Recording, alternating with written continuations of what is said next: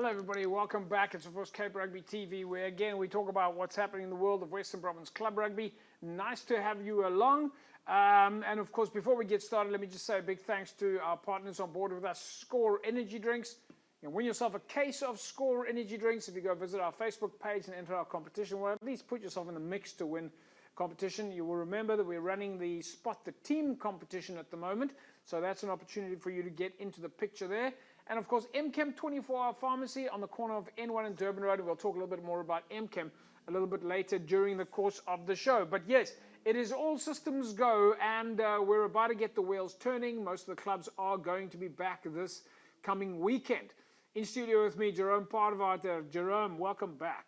Yeah, JP, it's good to be back. And I must say, I also think the clubs are now ready to go. Yeah. Because of all these holidays and these long weekends, and I think now it's time for rugby, and I think they're ready, and I think the spectators are ready. Everybody's ready for the game to start. All systems go. We did have one game this weekend. Kells River was playing against UCT, so that's a feature game for us, so we're quite excited about that. We're going to show that game for you tonight, folks. In fact, it's going to be a highlights package pretty much across the show, Kells River UCT. And of course, the week before, UCT played against False Bay. We'll take a look at some of those highlights also. But Jerome, although the clubs have not, or were sort of on a bit of a pause this past weekend, from a Western Province rugby point of view, you guys were still all systems go. Yeah, we were busy. The women's team are starting this week also playing against the Sharks. So they had a day camp at Hamilton's Field for the whole day on Monday. So Stanley Rubenheimer, who's the new coach for the women's team now, he asked me to come and help them. So yeah, I was busy, though it's a holiday, but you know, we never get holidays, so we guys were busy. Yeah. Well, sport never takes a break. Sport is 24 hours a day, 7 days a week, 365. Sport doesn't stop. But can you believe that it's already time for our women's rugby team to now play their first game? We've been tracking the women's rugby side, well, since last year already. Going down the side of the field, getting interviews, speaking to the ladies, starting with, I think you started at the beginning with like 150 ladies. Now you're down to game time. Yeah, it's game time, and the program is still running because there's some of the girls coming in, though they've quite cut the squad, but the girls, some of the girls, or most of the girls are still coming in on Monday evenings and work separately. Yeah. Because we don't want to lose that what we built up to prepare them. Yeah, and they're obviously going to play club rugby, but we keep an eye on them. Yes. Yeah. So it's great to see that momentum continues, because you also have the women's rugby high performance program, which is dedicated to women. Yeah, that's exactly. That's why I say, and the juniors are still every Saturday morning they come in, and sort of the senior girls, who's part of the senior squad, and the extended squad. So they all come in once a week and still continue to train. Like I say, we don't want to lose all that hard work and start all over again. Well, I know that there was a junior women's rugby festival last week, Thursday, on the public holiday, with high schools from all around Western Province in the under-15s and under-18s, and playing in the 10s and 15s format at City Park last week.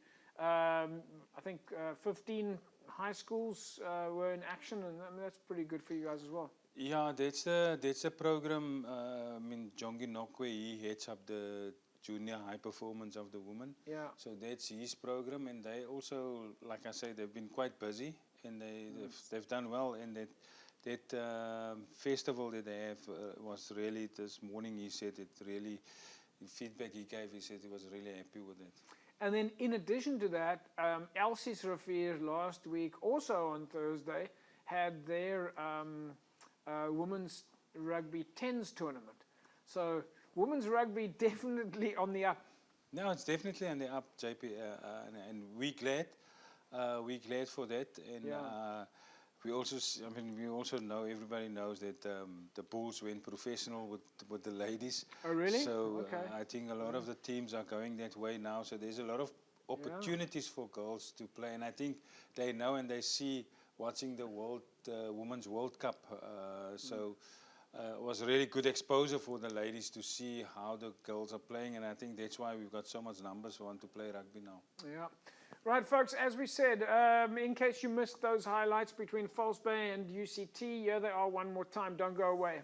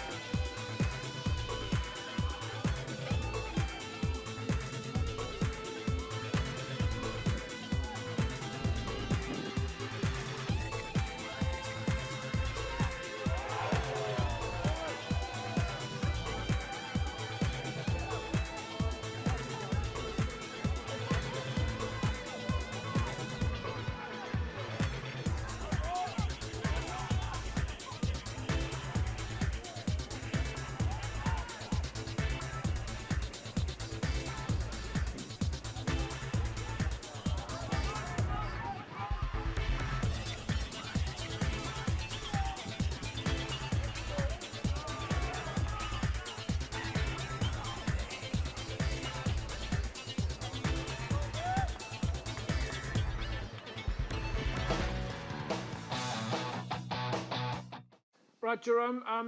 Of course, UCT False Bay was a very wet.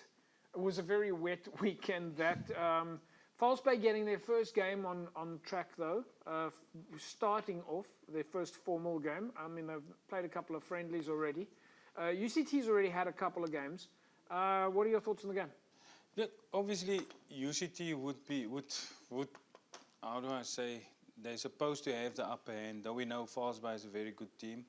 But coming off the Varsity Cup and I mean playing in the final, surprising for me to see. I thought that they're going to rest a few of the boys, but I see 95% of the UCT guys who played in that final are playing here, right, which is also good. So I mean, it's good for our competition. It just shows how serious the universities are playing in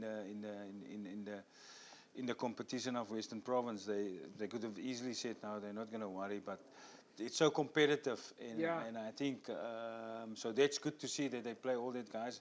Just watching this few minutes now, I could see, and as you were saying, the field was wet, so you would think that False Bay would have the upper hand because they're older and they're stronger guys, but the set pieces, UCT was controlling that. Yeah.